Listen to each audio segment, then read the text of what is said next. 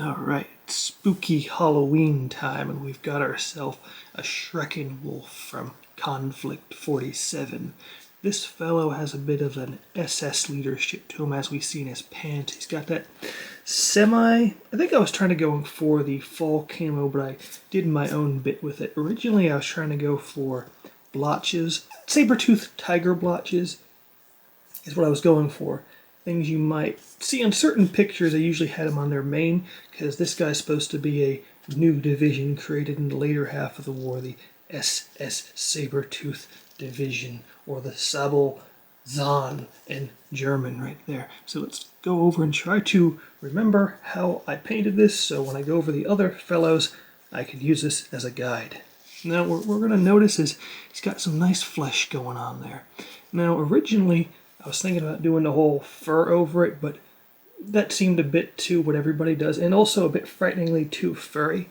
No! God, please, no! No! So what I decided to go for was a more fleshy tone. I was going for a more grotesque look.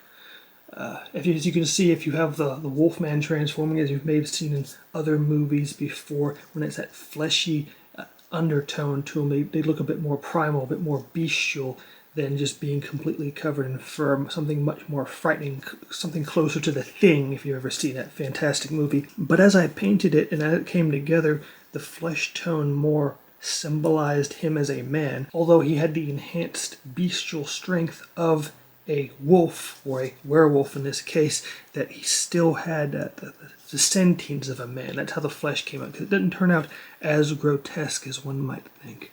But yes, let's get to the point at hand on how we primed this. Well, naturally we went over with the Vallejo primer. Best stuff in the world. Used the black, airbrushed it on, just the simplest way you could do it. Fastest too if you're trying to do batch painting. Then I toned it up a bit with some Rhinox hide. Very good fleshy color, one of my favorite browns ever made actually. Yes, so let's go into the mane and everything else like that. The mane, we did initial layer like black-gray. I never like doing an actual black, because when I see black, maybe I'm colorblind or insane, but when I see black I always see hues of gray and blue, so I never try to do a pure black. And plus it works really good when you put a shade over it. It works very nice, gives it auto highlights. That's what we're going to do for the mane. And for the undertone flesh, use that wonderful Bugman's Glow. Very good tan color. A tad dark, but it works nicely. And as for his trousers, we will use flat brown. Very good neutral brown. My absolute favorite brown next to the Rhinox hide. And we shall go for his wonderful gloves and wraps around his little leggy boos. We will do German camo green. Works very nice. Now for his toenails, his talons, whatever you may call them, I used a base of the good old Zandri dust. Yeah, Zandri dust. Also, you might want to do the belt the same way with the black-gray as well. Belt with black-gray definitely work, because it's going to come in handy when we do some shade washing. Now I want to focus on the flesh first. We're going to do that flesh. And then from there I did a 50-50% of the Cadian flesh tone and the Bugman's Glow. Turned out pretty good. And then I did more of a, how should I say, more slightly thinner highlight around more of the tendons and the muscular curves with just regular Cadian flesh tone to highlight that up. And then on the very extreme highlight, I did some cobalt skin. It's a little brighter than the Cadian flesh tone, but it's not as yellowy as the Kislov flesh. I think the cobalt skin, I like that a little bit more. And then after that, let's see how we did some of the pants. Let's move on to the pants. The major blotches aren't black, they're actually more of the black-gray, I would say. Did a lot of blotches like that. And for the inner parts of it, I put little 3 dots in every blotch I did of an orange brown. And then on the flat brown areas, I put 3 little dot blotches of a light brown. It gives it more of a simple camo vibe. It's not overtly detailed, but from a distance, you see what we're trying to go for there. Now for the highlights on the gloves. The gloves, I just did a 50-50 highlight of the, we did a 50-50 highlight on the gloves and the wrappings of the camo green and German bright camo green. And then after that, we did another extreme highlight of the German bright camo green. And for the toenails, I just did a simple highlight of ivory, just to bring out the nails a little bit. The belt buckle, I did roughly the same thing as I did for the toenails.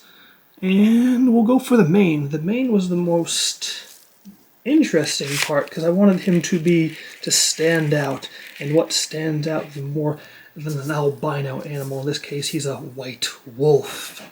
So for that one we did start with our standard black gray as we did that, but we also, as I was trying to find the right highlights to a white, I tried around with a London gray. It's a neutral gray, so we went from there. And then we tried to spice it up a bit more with some Administranum gray. And then we tried to do an extreme of the white gray to bring that out. I think it turned out fairly good. Now he's got little knuckles on his hand wraps right there. Those you can do. I did it more of a metallic cover. I just did the dark black gray with some gunmetal variation. The gunmetal variation I use from Vallejo is kind of a transparency color. It works really well over gray, not over anything else by itself, because it's kind of like it's really weird to describe. It's more of a colorful rainbowy color, but when it goes on it turns into a dark silver. Now as for the washes, for the mane we did some contrast apothecary white. You gotta be careful because you put this on too heavily, it'll turn the recesses very dark, but if you use it lighter, very light coat on there, it touches things up very nice. And after that dried, I went over it again with some white gray to clean it up a bit, and it turned out looking real nice. Now for his skin bit. Now this is where I want to use right gland flesh shade or regular flesh tones, but the problem I have with those, they have, even though they look like they're brown red, they have this yellowy orange tint. They have the tendency to tan the flesh in this orange shade, which I don't like. So what I did was used Agrax Earth Shade. The Agrax Earth Shade was able to get that brown Technicolor look you can see from photos or just regular distances of flesh on shadows, but it doesn't tan the actual skin if you use it lightly enough, because normally I'm very careful if I want to preserve the actual color.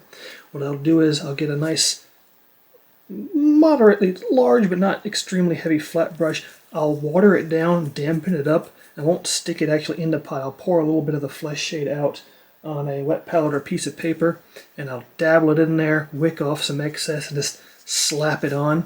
And I'll usually have a secondary brush sitting around damped as well to wick off the excess so you don't get those hard, heavy, weird looking splotches on there. I think we did it very nicely on there. Same thing for the pants. We did that in Agrax Earth Shade as well. For the pants, not the pants, but for his hands and his leg wrappings, we did the same technique as we did for the Agrax Earth Shade, just over those.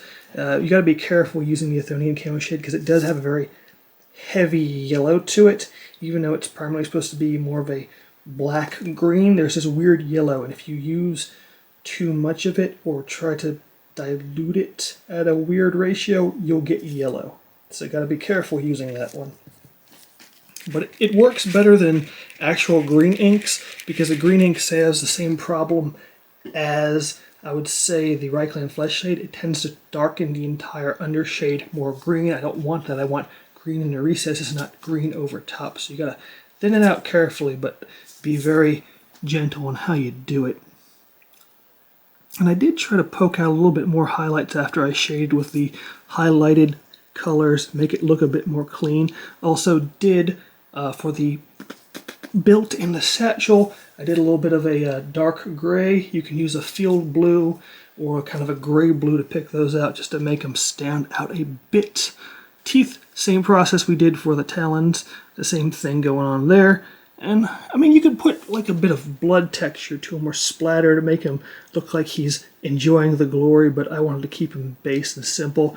His eyes, yes, werewolves do have colored eyes. It's usually that yellow glint of a wolf there. So I used his actual eye colors, this wonderful shade of moon dust yellow. It's like a pale, fleshy yellow. Very strange, but it worked quite nicely, I'd like to say.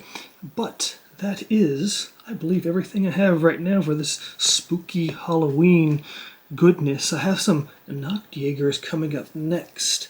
I'm trying to finish those guys off. I don't think they should be too difficult. Here's a preview of one of them.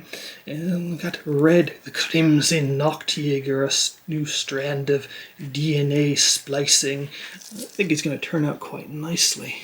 Oh, wait, we're not done for now. I need to go over the basing. Yes, the basing. The basing was quite simple. We did the base of... Where did we put it? We had it here a second ago. There it is. Since these guys are metal, I put some green stuff over the actual pedestal he's on so it kind of mixes into the actual dirt or whatnot goodness we'll put in there. And then after that we put this Agrellian Badlands on, which gives it a bit of a texture basing. And then after that we did a Agrax Earthshade wash, gave it that nice earth tone layer to it, did some slight brushings of arid earth to give it a little bit of highlight. And I have these wonderful little bits, I believe they're from an actual tree. Green Stuff World Natural Leaf Litter, more fall edition. Put a few of those around there. It's a very simple base, but basing, I don't like to put too much stuff on there. I like to focus on the actual model itself. Back in the day, I would just paint the base like brown or pure green. I didn't really worry about tufts and grass like that. I didn't really care for it, but this is my simple effort onto it, and I think it works quite nicely. And yes, I believe that's all I have for right now.